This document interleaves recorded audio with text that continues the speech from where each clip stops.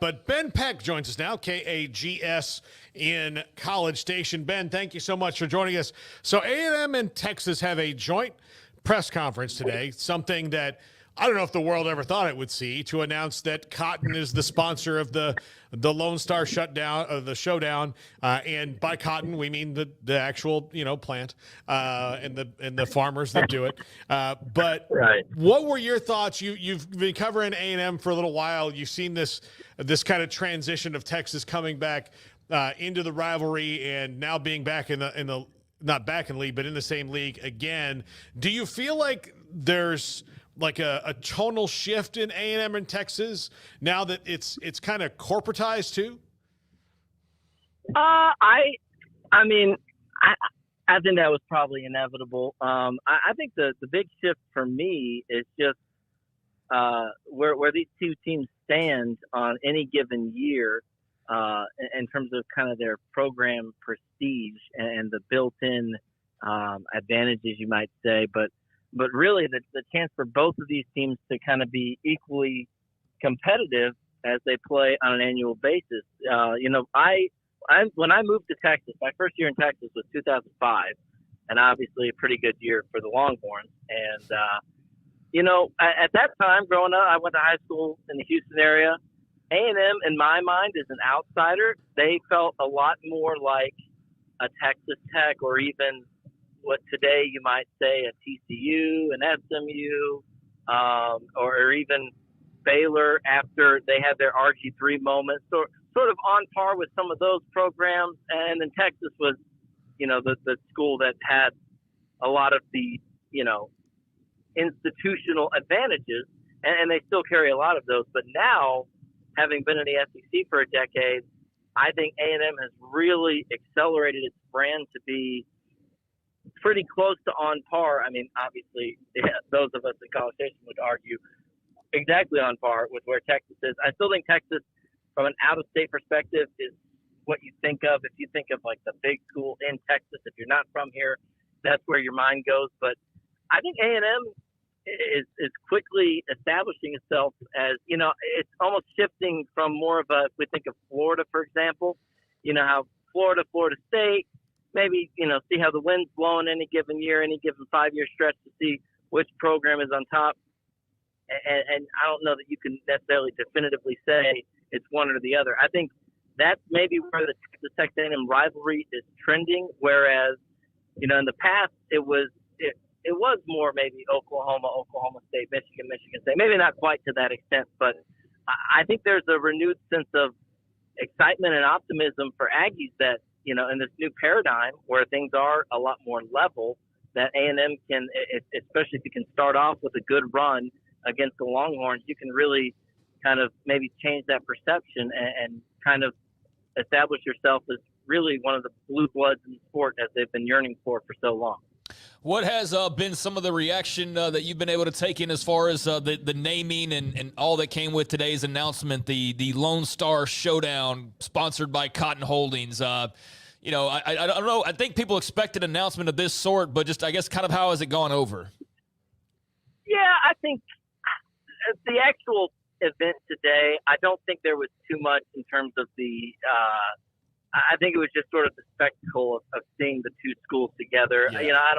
I haven't seen anything too intense on the actual corporate sponsorship. I didn't even remember that apparently someone dug it up that it was the State Farm Lone Star Showdown, I guess, right before it went away. I never even remembered it being a sponsored thing growing up. But again, I didn't grow up with the rivalry necessarily. But, my guess was going to be, if it wasn't going to be a sponsorship, I was kind of hoping we were going to get a trophy. That didn't come to pass. I was a little disappointed with that. But I think really just it was interesting to see, obviously, like I said, the two programs together. And then there were a few interesting nuggets that came out. Both schools kind of reiterated that they do want this to be happening on an annual basis. I know there's some speculation that if Texas is able to protect really one rivalry, so to speak, they would, definitely protect the Oklahoma rivalry, and A&M, they can take it or leave it, whereas A&M would really want to hold on to the Texas rivalry on an annual basis. But apparently both schools are really determined to make this happen on an annual basis. So I thought that was interesting. And then they are potentially hoping to move this to Black Friday as an annual tradition. So we'll see. Those were kind of the big headlines in my mind. Yeah, Ben, I would think that the SEC would be pretty stupid to leave it to one protected rivalry for each team, because especially the old guard teams have more than one rival. I mean, that's how it works. So most of them have 2 or 3 protected games in that kind of a schedule. So is that like a legit fear that they may not play this game every year? Because that would be very dumb.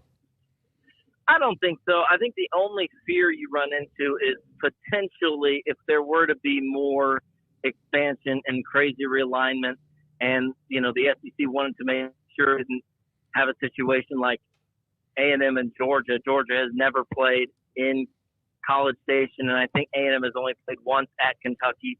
So obviously, getting away with the divisions helps get teams around a little more. But if the league were to expand to 18-20, may say, hey, in order for us to kind of guarantee that you see everyone within a 4-year period, we can only really protect one rivalry for each of you.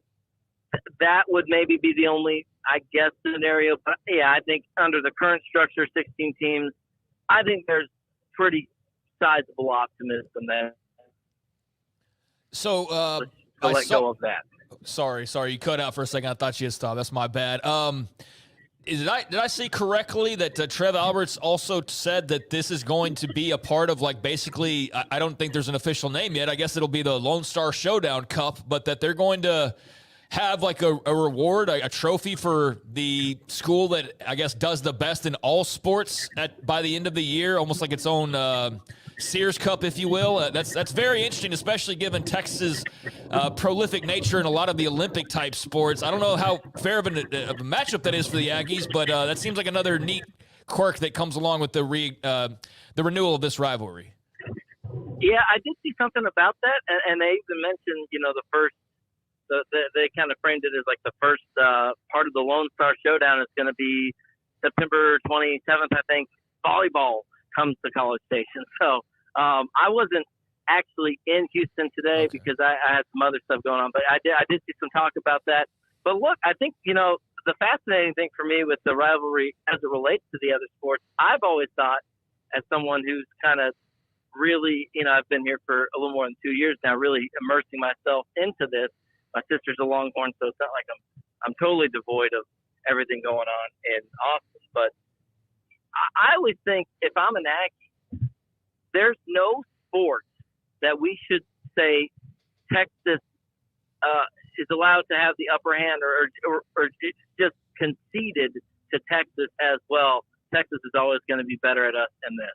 Like I think if you're an Aggie, and I think Trev Alberts strikes me as this kind of guy, A&M athletic director, that like I would almost say, whatever they're able to do in any sport, A&M should be able to at least match, if not do better.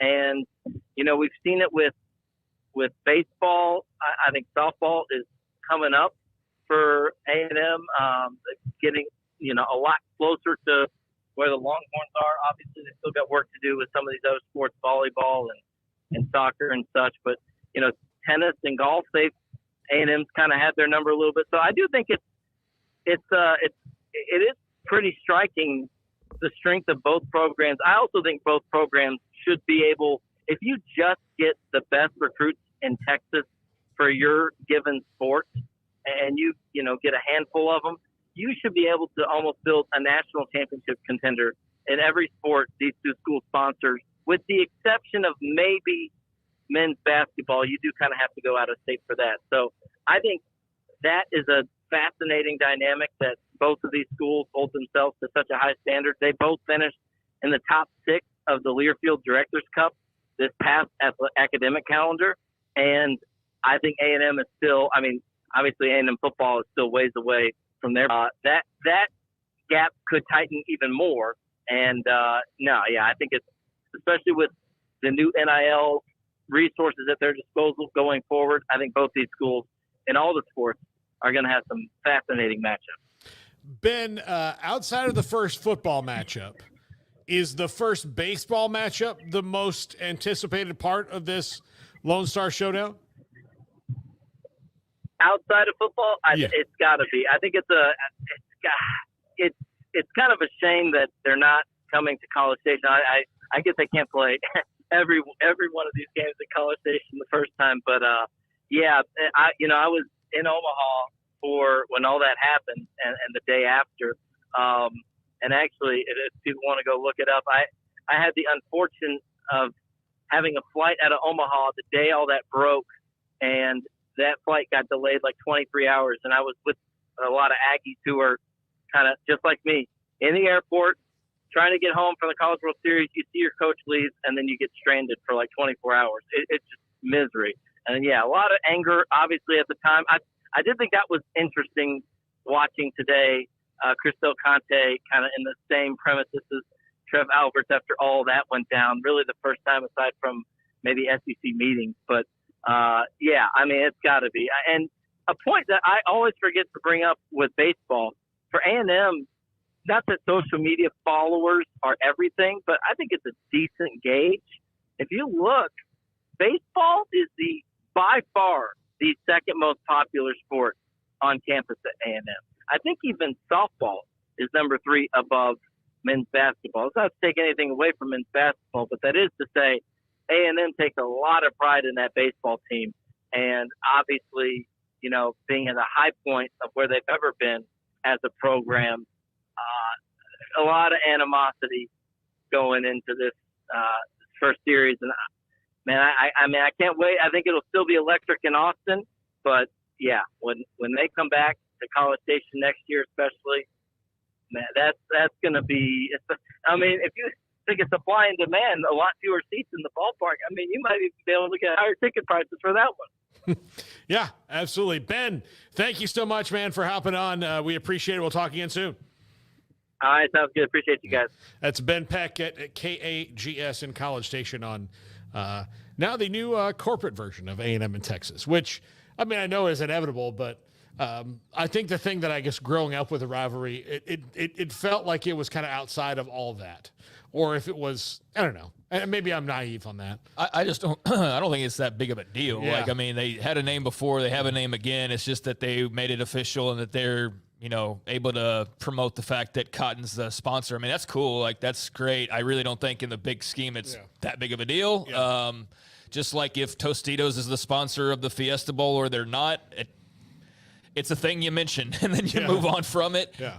Because honestly, the story today isn't about the naming of that game. It's about the other stuff that was said. Yeah. It's not about we're not talking about Cotton. We're talking about the joke about Cristel Conte saying that it was going to be a neutral site game and people going, wait, what? And then him clearly joking or making it clear that he was joking. But apparently based on a lot of the reactions there, you could have heard a pin drop because people were not expecting him to say that. So that was a funny moment from that. But yeah, I think the bigger news is that, apparently they're going to have a all sports cup basically between the two schools, a Lone Star Showdown, not just in football, but across all sports, and, have a trophy at the end of the year. And I think that's the most interesting thing out of this. I think he's also about to get baptized because I don't think he understands anywhere close to what this rivalry really is based on respectfully what he said, but he hasn't been able to see it. And clearly he missed the boat earlier when he arrived in Texas and has not got that full feel of, I don't think he quite understands it, Paul. No. I don't think he does. And so he's about to find out this year, and I mean that in a great way, because he's about to understand that, it is Michigan, Ohio State-ish. It's Oklahoma, Texas-ish. Now, you can say those others are bigger or better or whatever, but it's not real far behind. And I think the fact that it hasn't been played regularly, especially these first couple years, it's going to be insane. The build-up, especially if one or both of them are actually pretty good, which I think both are expected to be pretty good this year. So, that part of it, the cup, I don't know how wise that is for A&M.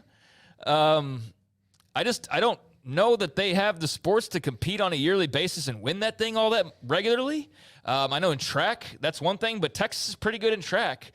And then Texas is pretty good in like a lot of stuff that I don't know how good A&M is, you know, and a lot of the Olympic sports in particular. So look, they've got Fred Curley, you know, so yeah, like no, I mean, hey, they've had their fair share of Olympic athletes. I think of Texas and like they're winning, like, you know, when you hear like all the Big 12 totals, it wasn't football necessarily. It was like swimming and diving and in sports like that. Now I know A&M's competitive in some of those types of sports as well, but I did see most of the reaction originally of like, when are they planning on winning that thing? How will that go? But I think it's another interesting layer to make the other sports that much more interesting. And now a baseball game that was just, I mean, their baseball atmospheres are going to be great anyways. But now if you add an extra layer of the winner of this final game in the series wins the Lone Star Showdown Cup or something or whatever it's going to be called, like that puts that much more mustard on it. So I could see where that's, just another layer, like I said, of just competition and excitement and something to play for. That's a physical form of bragging rights that the school can hang on to for a year. But, yeah, I just don't know how often A&M's going to win that thing based on UT's success in so many sports.